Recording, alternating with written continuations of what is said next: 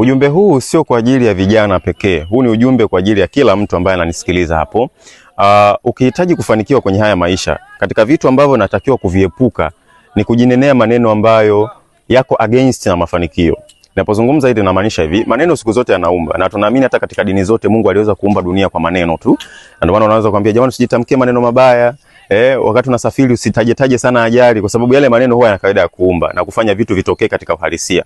Kwa hiyo hata katika mafanikio hakikisha haujinenei maneno mabaya. Yaani wewe ukiamka asubuhi fanya self affirmation. Sema mimi ni tajiri, mimi natengeneza pesa nyingi sana, mimi nina haki ya kufanikiwa, nimewajengea wazazi wangu, mimi ni kiongozi mkubwa, ninategemewa hapa nchini. Hata kama unaona katika wakati huo mambo ni magumu, hauoni tumaini, lakini jitamkie hayo maneno, yanafanya self affirmation.